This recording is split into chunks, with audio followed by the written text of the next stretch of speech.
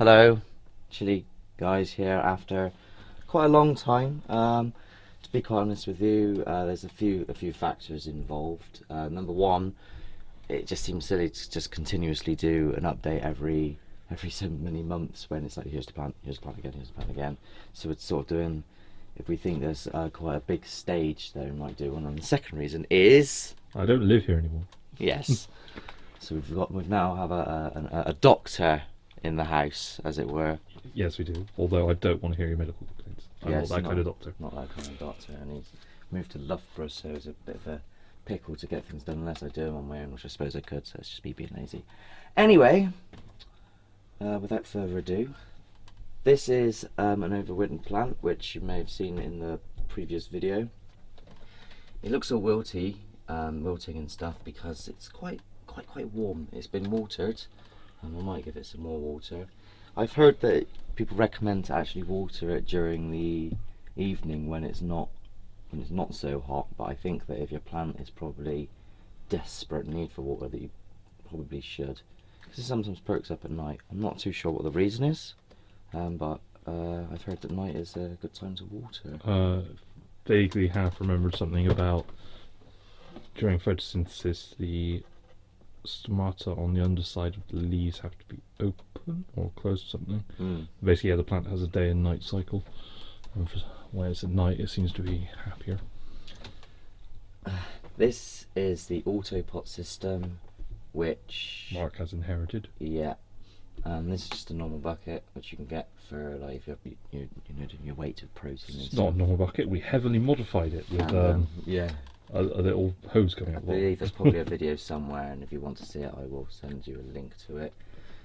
And it's gone a bit wild, actually. As soon as I put it in there, the plant was an overwintered plant, so it was actually a cutting, should I say, of the largest one, and I kept it at about sort of that height. You might be able to see it in the previous video, I'm not sure. And stuck it in here, and like that within about 2 weeks, I'd say. Did you use the light? No, the light was not used at all. This was put in here as of about the start of summer, maybe a little bit before. How long after I gave you the old pot did it go in? 2 weeks. So it's been about a month. Yeah. And it shot up quite quickly. Let's go outside, check them out. Follow me. Right then, we're outside now. Are we?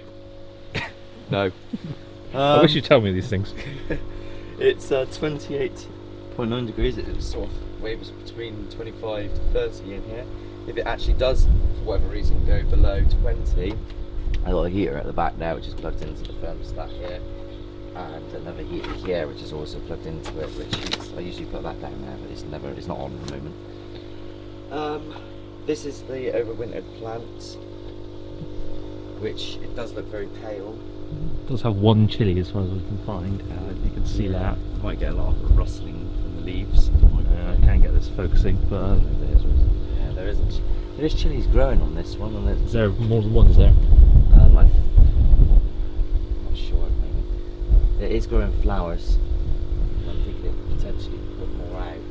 Yeah. I'm not sure why that one's putting more out, but looks less healthy. Whereas this one looks extremely healthy, but it's dropping the flowers. This is another cutting of the father here. Mother. Generally. Mother, father, both. Mother plant, as usual. I don't know. Well, asexual. Yeah. Parent. And you can see at the bottom here, this sort of green area. That's actually how big the plant was. There was a little bit more to it. Really thick bottom. The other one is ridiculously thick. I'm not going to get down there to see that. Well, I can see it from here. The flowers are falling off as usual. I was going to put it down to lack of light here in England, in Bristol, because it's not consistent sun. So when it gets nice and sunny and it's nice and warm, it goes flowers, and then suddenly it goes off all cold and dark and dingy, and then it goes, okay, not flowers. Because this one's actually producing crop, it makes me think that this one's got something up with it. The system at the moment is going on a normal hydroponics. There's a pump which is set off and split into 2 pipes. Each one has its own, and it needs a water air ball. The one on the right air ball, we found when we set it up that the air wasn't going through one. It was going through one better than the other, and it was actually shutting off in one. It's so old that it was clogging it up so much that the air decided to pick the easiest route. There are videos online showing how to clean that up. I mean, I could do one, but it's probably quicker for you to just go and find the one that I looked at. I might link to it. Depends if the bloke is, he'd probably be happy for me to do that, to be fair with me. So if anyone does want to see that, I can link that video. Just to point out, this does have a lot of flowers. They're just being dropped from over by them. Yeah, I think Mark's problem is he can't leave things alone. they fall off, and then there's this little tiny, what looks like could be a chili growing inside. Yeah. I know it's obviously healthy. I think if you just leave it alone, it'll decide by itself. Yeah. It's probably still developing its root system. There's You got to remember another that one's got a one. massive root system from the previous year. I think we showed you that on the previous video. There's another overwinter one at the other end of the garden, but it's pretty much. Well, do you want to go over there? As well. The thing is, there's like bizarre plants in there, and I don't know if I want them. We can fuzz them out if you see them. I'll get the plant out.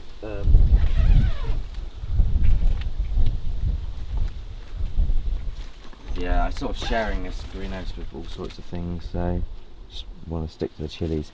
So this one was another overwinter one, as you can see, really pale, really ragged. Starting to grow nice green leaves. This bottom one was a cutting of that one.